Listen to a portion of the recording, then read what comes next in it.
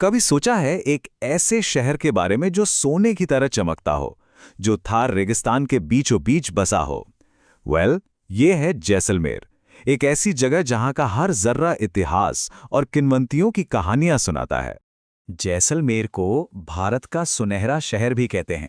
अब सवाल यह है कि ऐसा क्यों है? दरअसल ये सारा कमाल है इसकी शानदार वास्तुकला का। पूरा का पूरा शहर पीले बलुआ पत्थर से बना है, और जब सूरज की किरणें इस पर पड़ती हैं तो ये सचमुच सोने की तरह दमक उठता है। तो चलिए इस सफर पर आगे बढ़ते हैं।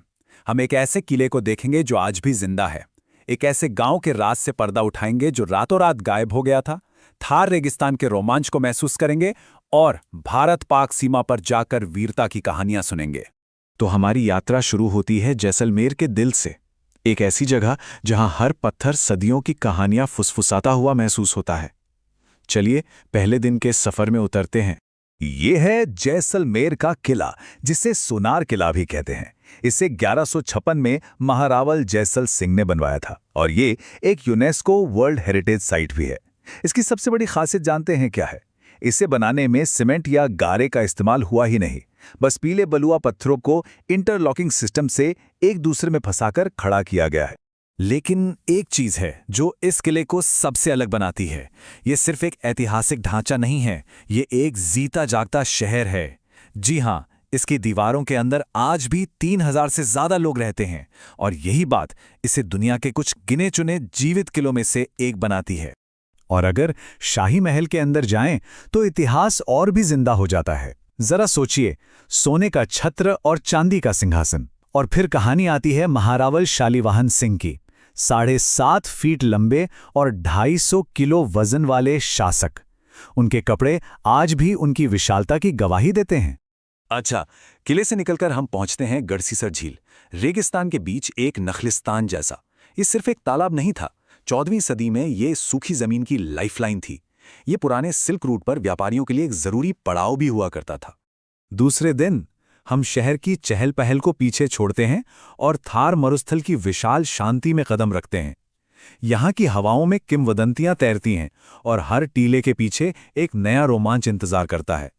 ये है बड़ा बाग, भाटी राजवंश के शासकों का शाही श्मशान। इसकी कहानी शुरू हुई 16वीं सदी में एक बांध से, जिसे महारावल जैत सिंह ने बनवाया था। उनकी मृत्यु के बाद उनके बेटे ने उनके सम्मान में पहली छतरी बनवाई, और बस यहीं से एक परंपरा शुरू हो गई जो सदियों तक चली। अब एक रहस्य के लिए तैयार हो जाइए। कुलधरा गांव की कहानी सुनकर रोंगटे खड़े हो जाते हैं। आखिर ऐसा क्या हुआ कि 84 गांव रातों रात वीरान हो गए? ये सब शुरू हुआ जैसलमेर के एक क्रूर और लालची दीवान सलीम सिंह से। उसकी बुरी नज़र कुलधरा के मुखिया की बेटी पर पड़ गई, और उसने जबरदस्ती उससे शादी करने की मांग रख दी। तो अपनी बेटी के सम्मान और अपनी आज़ादी के लिए 84 गांव के पालीवाल ब्राह्मणों ने एक ऐसा फैसला लिया जिसकी कोई कल्पना भी नहीं कर सकता।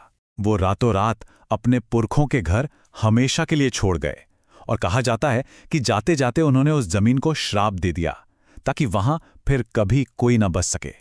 रहस्य से निकलकर अब रोमांच की ओर बढ़ते हैं, सैम सैंड ड्यून्स में। सोचिए, एक रोमांचक जीप सफारी जो रेत के टीलों पर दौड़ रही है, और फिर एक शानदार सूर्यास्त जो आसमान को नारंगी और बैंगनी रंगों से भर देता है, और रात में राजस्थानी संगीत और डांस के साथ कैंपिंग का मजा। हमारी यात्रा का आखिरी दिन हमें भारत की सरहदों पर ले जाता है, एक ऐसी जगह जहां साहस और बलिदान की कहानियां रेत में लिखी हुई हैं। हम भारत पाकिस्तान सीमा के पास राष्ट्रीय गौरव के कुछ स्थलों को देखेंगे।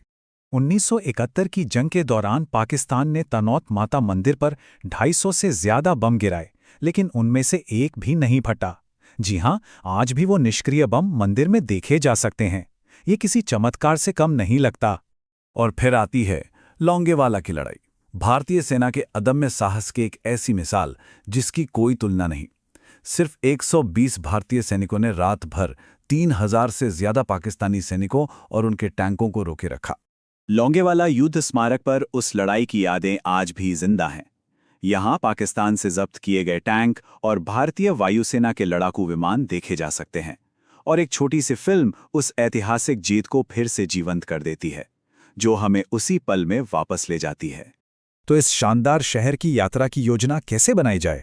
चलिए कुछ ज़रूरी बातों पर एक नज़र डाल लेते हैं जो जैसलमेर की यात्रा को यादगार बनाने में मदद करेंगी।